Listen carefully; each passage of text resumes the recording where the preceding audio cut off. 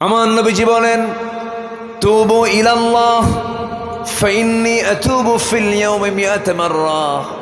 ও আমার সাহাবীরা, তোমরা আল্লাহর কাছে তওবা করো, আমি রাসূল নিজে সারা দিনে 100 বারেরও বেশি বার তওবা করি। আমার নবীজি তওবা করেছেন, চোখের পানি ফেলে ফেলে কেঁদেছেন।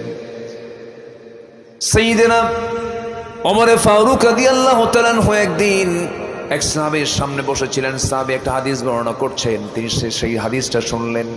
লা ইয়াদখুলুল জান্নাতা, ওই বান্দা জান্নাতে প্রবেশ করবে না যার মধ্যে মিসকাল হাব্বাতিন মিন কিবার, যে বান্দার মধ্যে যাররা পরিমাণ, অণু পরিমাণ যার মধ্যে অহংকার থাকবে, সে ব্যক্তি জান্নাতের গন্ধ পাবে না, জান্নাতে প্রবেশ করতে পারবে না।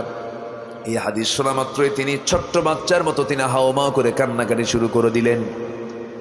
বলা হলো, ওমর কান্নাকাটি কেন করো, কি হয়েছে? তিনি সবাইকে বলে ফেললেন, শোনো, অর্ধ দুনিয়ার শাসনকর্তা আমি, মাঝে মাঝে আমি যে শাসনকর্তা, মাঝে মাঝে আমার কাছে কেমন যেন লাগে। আমি এত বড় একজন লিডার, আমি এত বড় একজন খলিফা, আমি এই জন্য ডুকরে ডুকরে কান্দি। আমার মনে হয় মাঝে মাঝে আমার মধ্যে অহংকার ঢুকে পড়ে, আমি মনে হয় জাহান্নামী হয়ে যাচ্ছি। চোখের পানি ফেলে ফেলে কাঁদতেছেন, শিশুর মতো ডুকরে ডুকরে কেঁদে আকাশের দিকে তাকায় দোয়া করতেছেন, আল্লাহ তাআলা শোনো, তোমার এই দুনিয়ায় যত বান্দা আছে প্রত্যেকটা বান্দাকে তুমি যদি জান্নাতের ঘোষণা দিয়ে, যদি যে কোনো একটা বান্দাকে যদি জাহান্নামের ঘোষণা দিয়ে দাও, আমার কাছে মনে হচ্ছে এই মুহূর্তে আল্লাহ সব জান্নাতে চলে যাবে। জাহান্নামের তালিকায় তুমি একজন বান্দাকে যে রেখে দিয়েছো, সেই বান্দার নাম ওমর ছাড়া মনে হয় পৃথিবী তার দ্বিতীয় কেউ হবে না। কি পেরেশান তারা ছিলেন। মুনাফিকের তালিকা আছে এক সাহাবীর কাছে, আমার নবী দিয়েছেন, তার কাছে সকাল সন্ধ্যা ওমর ফারুক যেতেন, গিয়ে বলতেন, হুযায়ফা দেখো তো মুনাফিকের তালিকার মধ্যে আমার নামটা কয় নম্বরে আছে।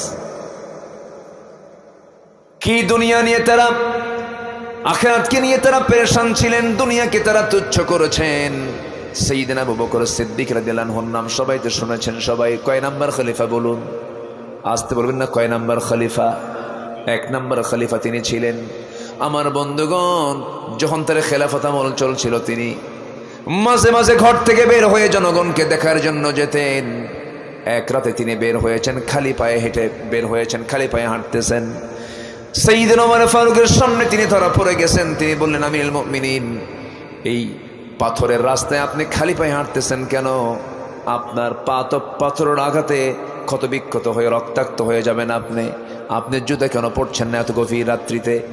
আপনি কেন খালি পায়ে চলতেছেন এই জনপদে? সাইয়েদনা আবু বকর বলছেন, ওমর